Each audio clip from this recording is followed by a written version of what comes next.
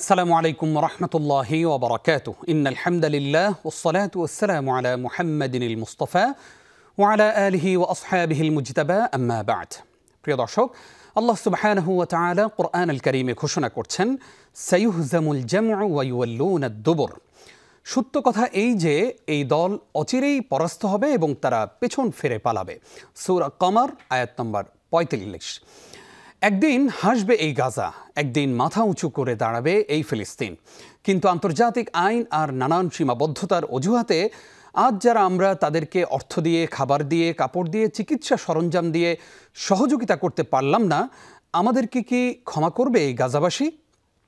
প্রশ্নটা ঠিক ছুড়ে দিয়েই এবার হাজার মাইল দূরে থেকেও আমরা আহলুল গাজ্জা বা গাজাবাসীকে জানাচ্ছি, হে গাজাবাসী, আমরা আছি আপনাদেরই পাশে। প্রিয় দর্শক, আপনাদের সকলকে আন্তরিক প্রীতি ও মোবারকবাদ জানিয়ে শুরু করছি যমুনা টেলিভিশনের নিয়মিত আয়োজন in the name of Allah with BRB cables অনুষ্ঠানে। আপনাদের সাথে আছি আমি নিজাম বিন মুহিব। প্রিয় দর্শক শ্রোতা, অনুষ্ঠানটি টিভি সেটের পাশাপাশি যমুনা টেলিভিশনের ফেসবুক পেজে সরাসরি সম্প্রচারিত হবে। দর্শক, আপনারাও যোগ দিতে পারেন আমাদের সাথে এই অনুষ্ঠানে। সরাসরি ফোন করতে ডায়াল করুন 02982405 নম্বরে। অতিথি হিসাবে আজ আমাদের সঙ্গে যুক্ত হচ্ছেন আমাদের একজন প্রিয় স্কলার, যিনি উত্তরা সেন্ট্রাল জামে মসজিদের সম্মানিত খতিব ডক্টর হাফেজ রফিকুল ইসলাম মাদানী। আসসালামু আলাইকুম ওয়া রাহমাতুল্লাহ। ওয়া আলাইকুম আসসালাম ওয়া রাহমাতুল্লাহি ওয়া বারাকাতুহু। শেখ, কেমন আছেন আপনি? জি আলহামদুলিল্লাহ, আপনি ভালো আছেন? আলহামদুলিল্লাহ, আমরাও ভালো আছি। আপনাকে স্বাগত জানাচ্ছি যমুনা টেলিভিশনের এই জীবন ঘনিষ্ঠ আয়োজনে। ধন্যবাদ আপনাদের। শুরুতেই আপনার কাছে আমরা জানতে চাই যে ফিলিস্তিনের অবস্থা আজকে কি, এবং ইসরায়েলি দখলদার বাহিনীর যে বর্বরোচিত হামলা, এই হামলার পরে ফিলিস্তিনের গাজাবাসী আজকে কি অবস্থায় তাদের দিনাতিপাত করছে, এটা আমরা সবাই জানি। মুসলিম হোক, অমুসলিম হোক, আস্তিক হোক, নাস্তিক হোক, সবাই আমরা এই বিষয়টি দেখছি। কিন্তু আমার প্রশ্ন হচ্ছে যে যেই সময় পৃথিবীতে ২০০ কোটি মুসলিম এবং প্রায় ৫৭টি মুসলিম কান্ট্রি রয়েছে, সেখানে বিশ্ব মুসলিম নেতারা কি করছে, তাদের দায়িত্বগুলো কি এই মুহূর্তে আপনি মনে করছেন, এবং এই মুহূর্তে ফিলিস্তিনি বাহিনীর জন্য, ফিলিস্তিনি এই মানুষদের জন্য আমাদের করণীয় কি বলে আপনি মনে করেন? আলহামদুলিল্লাহ, সালাতু ওয়াসসালামু আলা রাসূলিল্লাহি ওয়া বা'দ। আল্লাহ সুবহানাহু ওয়া তাআলা কোরআনে কারীমে ইরশাদ করেছেন, কুল কুল্লু ইয়া'মালু আলা শাকিলাতি ফারাব্বুকুম আ'লামু বিমান হুয়া আহদা সাবিলা। আর নবী মুহাম্মদ রাসূলুল্লাহ সাল্লাল্লাহু আলাইহি ওয়াসাল্লাম ইরশাদ করেছেন, মান রাআ মিনকুম মুনকারান ফালিয়ুগাইয়িরহু বিয়াদি ফাইন লাম ইস্তাতি' ফাবিলিসানি ফাইন লাম ইস্তাতি' ফাবিকলবিহি ওয়া যালিকা আযআফুল ঈমান। আমি যে কোরআনের আয়াতটি তেলাওয়াত করেছি এবং নবীজির যে হাদিসটি উল্লেখ করেছি, এখানে আল্লাহ সুবহানাহু ওয়া তাআলা মানুষগুলোকে বিভিন্ন স্তরে ভাগ করেছেন এবং নবীজি সাল্লাল্লাহু আলাইহি ওয়াসাল্লাম মানুষকে এক ক্যাটাগরিতে রাখেননি। মানুষকে আল্লাহ সুবহানাহু ওয়া তাআলা তাদেরকে যেই শক্তি, সামর্থ্য, নেতৃত্ব, কর্তৃত্ব, ক্ষমতা, মেধা, যোগ্যতা দিয়েছেন, সেক্ষেত্রে মানুষ কিন্তু এক ক্যাটাগরির নয়। মানুষের মধ্যে কেউ হলো আমির আর কেউ হলো মামুর, কেউ হলো রাজা, কেউ হলো প্রজা। আল্লাহ সুবহানাহু ওয়া তাআলা বলছেন, কুল্লুন ইয়া'মালু আলা শাকিলাতিহি, প্রত্যেকেই তার আঙ্গিকে কাজটা করবে, যার পক্ষে যেটুকুন সম্ভব। নবীজি সাল্লাল্লাহু আলাইহি সাল্লাম বললেন, অন্যায় কেউ যদি দেখে, হাদিসের পরিভাষায় এটিকে বলা হয়েছে মুনকার, কোরআনে বলা হয়েছে মুনকার। মুনকার কাকে বলে? অশ্লীলতা, বেহায়াপনা, সুদ, ঘুষ, অন্যায়, জুলুম, নির্যাতন, বর্বরতা, তারপরে ফিলিস্তিনে যেটি চলছে জেনোসাইড, সেটি যে কত জঘন্য মুনকার এবং বর্বরতা তা তো বলাই বাহুল্য। এই ধরনের সিচুয়েশন মানুষ কি করবে? যার শক্তি আছে সে শক্তি প্রয়োগ করবে। অতএব একজন মুসলিম নেতা যিনি বিশ্বকে কাঁপাতে পারেন, যিনি অন্যান্য রাষ্ট্রপ্রধানদেরকে একত্রিত করতে পারেন, একটা মিটিং করতে পারেন, একটা প্রতিবাদ জানাতে পারেন এবং রাষ্ট্রীয়ভাবে, রাজনৈতিকভাবে, আন্তর্জাতিকভাবে একটা বড় ধরনের উদ্যোগ নিতে পারেন। যেমনটি আমরা একদিন আগে দেখলাম যে সৌদি আরবের প্রিন্স মোহাম্মদ বিন সালমান, তিনি অন্তত ২০০ মুসলিম লিডারকে নিয়ে বসেছেন এবং সেখানে তারা খুব দ্ব্যর্থহীন ভাষায় উচ্চারণ করেছেন যে ফিলিস্তিনের এক কণা জমিও ছেড়ে দেওয়া হবে না এবং ফিলিস্তিনকে ভাগ করার এবং ফিলিস্তিনের জমি জবরদখল করার যে উদ্যোগ নেওয়া হচ্ছে, এটা কোশ্চিন কালেও মেনে নেওয়া হবে না।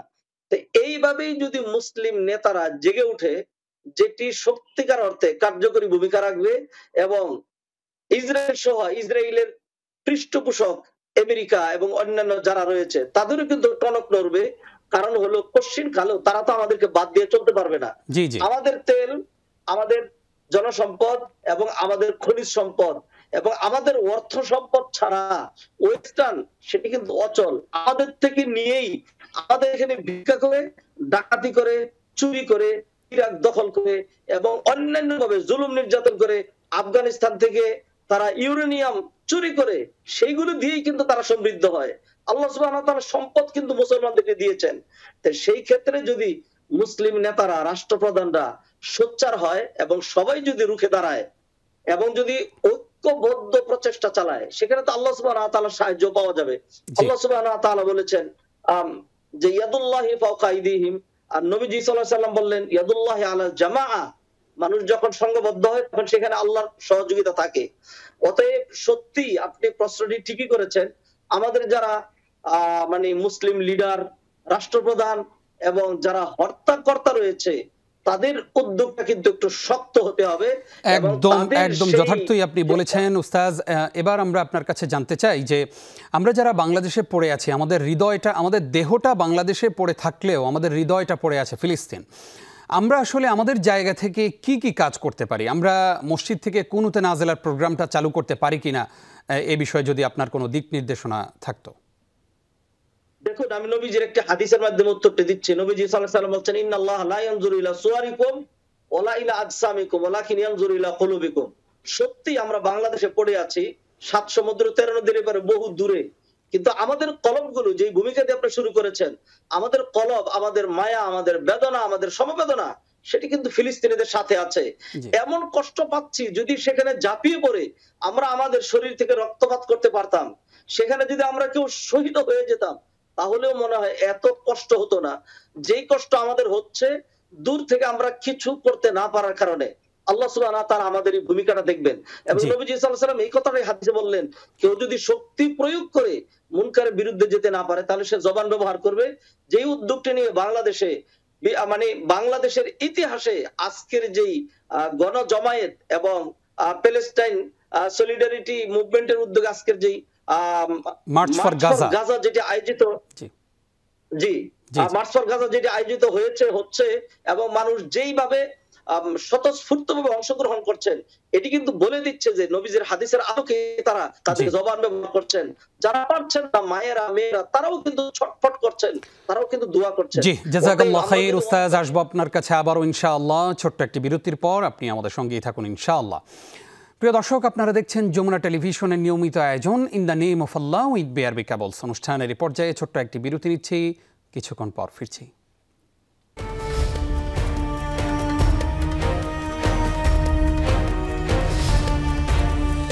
প্রিয় দর্শক, আরও একবার স্বাগত জানিয়ে শুরু করছি in the name of Allah with BRB cables.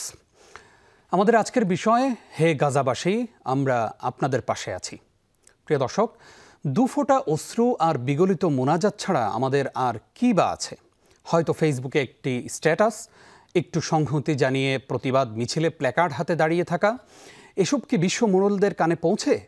ফিলিস্তিন রক্তে ভেসে যাচ্ছে, সন্তানহারা মায়ের আহাজারি, বাবার কান্না আর বাবা মা হারানো শিশুদের আর্তচিৎকারে গাজার বাতাস ভারী হয়ে উঠেছে।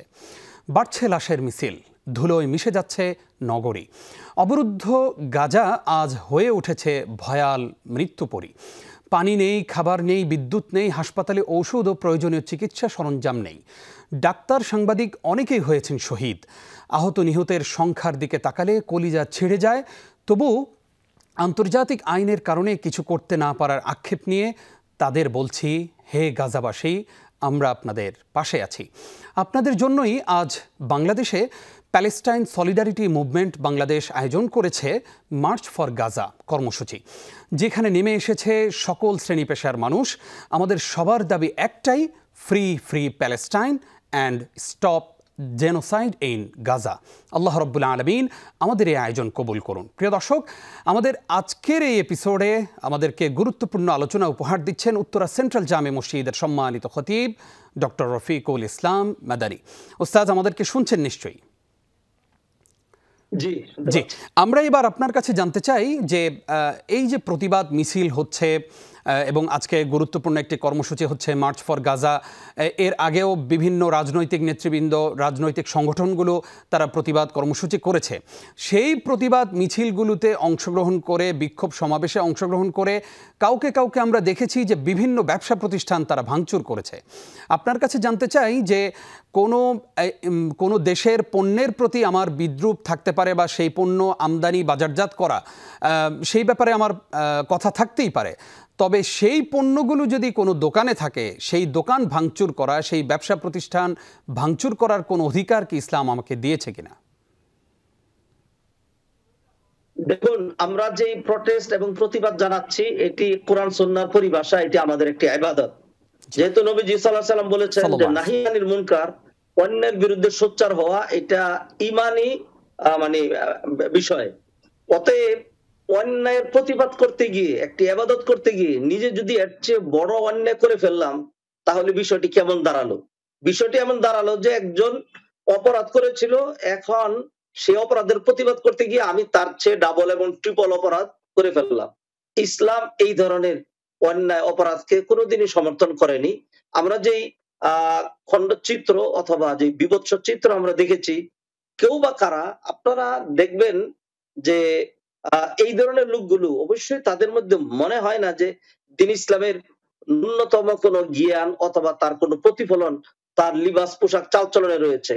যারা জুতার দোকান থেকে সুযোগ বুঝে জুতা চুরি করতে পারে, জুতা চুর এটি তো একটা নিম্ন মানের একটা ওয়ার্ড বলা হয়। জুতা চুর, জুতার বাড়ি, এটা পায়ের নিচে থাকে। যারা এই ধরনের কাজ করতে পারে, এটাকে কি দিয়ে আমরা নিন্দাবাদ জানাবো?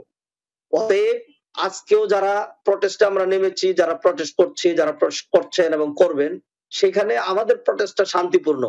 বিশ্ববাসীকে দেখানো এবং ন্যূনতম to have our mental satisfaction, শুধু মনের একটা আত্মতৃপ্তি পাওয়ার জন্য আমরা এখানে মিছিল করছি।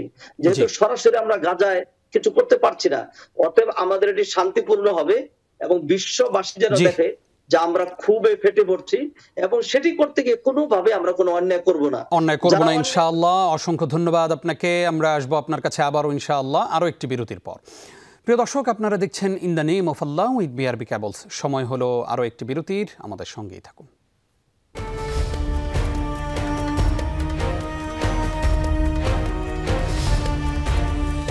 প্রিয় দর্শক, আরও একবার স্বাগত জানিয়ে শুরু করছি in the name of Allah with BRB cables. আমাদের আজকের বিষয়, হে গাজাবাসী, আমরা আপনাদের পাশে আছি। আর এ বিষয়ে কথা বলছেন আমাদের প্রিয় স্কলার ডক্টর রফিকুল ইসলাম মাদানী। উস্তাজ, নিশ্চয়ই আমাদেরকে আপনি শুনছেন, আপনি গুরুত্বপূর্ণ আলোচনা আমাদেরকে উপহার দিয়েছেন, আলহামদুলিল্লাহ। আমরা এবার আপনার কাছে জানতে চাই যে ফিলিস্তিনের যারা এই বর্বরতার শিকার হলো, তাদের মর্যাদা আল্লাহর কাছে কতটুকু? নিঃসন্দেহে যারা প্রাণ দিয়েছেন তারা শহীদ। কারণ হলো নবীজি সাল্লাল্লাহু আলাইহি ওয়াসাল্লাম হাদিসের মধ্যে বলেছেন, মান কুতিলা দুনা মালিহি ফাহুয়া শহীদ ওয়া মান কুতিলা দুনা ইরদিহি ফাহুয়া শহীদ। কেউ যদি তার মাল সম্পদ রক্ষা করতে গিয়ে, ভিটে বাড়ি রক্ষা করতে গিয়ে, তার দেশ রক্ষা করতে গিয়ে এইভাবে যদি কেউ মারা যায়, তাহলে সে শহীদ। এবং শহীদ কাকে বলা হয়? শহীদ হলো এমন এক সৌভাগ্যমণ্ডিত ব্যক্তি যার জীবনে হাজারো লক্ষ লাখো কোটি গুনাহ যদি থাকে, আল্লাহ সুবহানাহু ওয়া তাআলা সেগুলো মাফ করে দেন। হাদিসে নবীজি বলছেন, ইগফারু লিশ-শাহীদি কুল্লু শাই।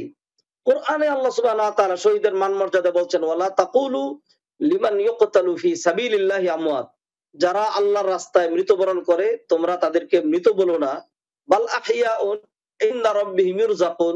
তারা আল্লাহর নিকট জীবিত এবং আল্লাহর কাছে তাদেরকে বিশেষ রিজিক দেওয়া হচ্ছে। নবীজি সাল্লাল্লাহু আলাইহি ওয়াসাল্লাম হাদিসের মধ্যে বলছেন যে নাকি শহীদ হয়, শহীদের রূহটাকে আল্লাহ সুবহানাহু ওয়া তাআলা একটা বিশেষ পাখির মধ্যে ঢুকিয়ে দেন এবং সেই পাখিটি জান্নাতে উড়তে থাকে এবং বিভিন্ন গাছে ফল ফলা দিতে গিয়ে সে বসে, সেখান থেকে সে মানে খানা খেতে থাকে। আল্লাহ সুবহানাহু ওয়া তাআলা একজন শহীদের মর্যাদা এমন দিলেন যে হাসর হওয়ার আগেই, মৃত্যু এবং হাসরের মধ্যবর্তী যে জগৎটা, বারজাখী জগৎ, সেই সময় তার মর্যাদা এমন যে সে জীবিত, সে জীবিকা পাচ্ছে, সে ঘুরে ফিরে খাচ্ছে এবং আল্লাহ সুবহানাহু ওয়া তাআলা তার গুনাহগুলো মাফ করে দিয়েছেন। ফিলিস্তিনি ভাইয়েরা যারা ইহুদিদের বিরুদ্ধে লড়েছে এবং যারা বাইতুল মুকাদ্দাসকে রক্ষা করার জন্য, নিজের স্বদেশকে রক্ষা করার জন্য, মুসলিম ভূখণ্ডকে রক্ষা করার জন্য, নিজেদের মেয়েদের ইজ্জত রক্ষা করার জন্য, নিজেদের ছেলে মেয়েদের রক্ষা করার জন্য যারা জান দিলেন, তাদের মান মর্যাদা নিঃসন্দেহে একজন সাধারণ শহীদের মতো নয়, তাদের মান মর্যাদা স্পেশাল শহীদের মতো। আমরা তো এমনই কামনা করি, এমনই আমরা দোয়া করি আল্লাহ সুবহানাহু ওয়া তাআলা ফিলিস্তিনি ভাইদেরা যারা মারা গিয়েছেন, আল্লাহ যেন তাদেরকে শহীদের মর্যাদা দান করেন। আর যারা আহত হয়েছেন, যারা বিপদগ্রস্ত হয়েছেন, আল্লাহ সুবহানাহু ওয়া তাআলা তাদেরও গুনাহ মাফ করে দিবেন, তাদেরও মান মর্যাদা বাড়িয়ে দিবেন। এমনটি কোরআন সুন্নাহর আলোকে আমরা বলতে পারি ইনশাআল্লাহ। জাযাকাল্লাহ খাইর। আমরা এবার জানতে চাই আপনার কাছে যে আমাদের সন্তানদেরকে এই যে ফিলিস্তিনি ভাই বোন এবং শিশুদের যেই ইমানের মানে দীপ্ত ইমানের বলে বলিয়ান যে তারা দেখলাম আমরা, তারা একদিকে বোম পড়ছে, তারা এর পাশে দাঁড়িয়ে কালেমার কথা বলছে, এর পাশেই তারা নিজেদের বোরকাগুলো ছেড়ে দেয় নাই। এই যে তাদের ইমানের যে তেজদীপ্ত বলে বলিয়ান তারা, সেইভাবে আমরা আমাদের সন্তানদেরকে কিভাবে গড়তে পারি বলে আপনি মনে করেন? নিঃসন্দেহে মানে কবির ভাষায় বলছি, বিশ্বজোড়া পাঠশালা মোর সবার আমি ছাত্র। একজন মুসলিম, একজন জ্ঞানী যে কোনো জায়গা থেকে তার টিচিং, তার লেসন এবং তার শিক্ষাটা গ্রহণ করবে।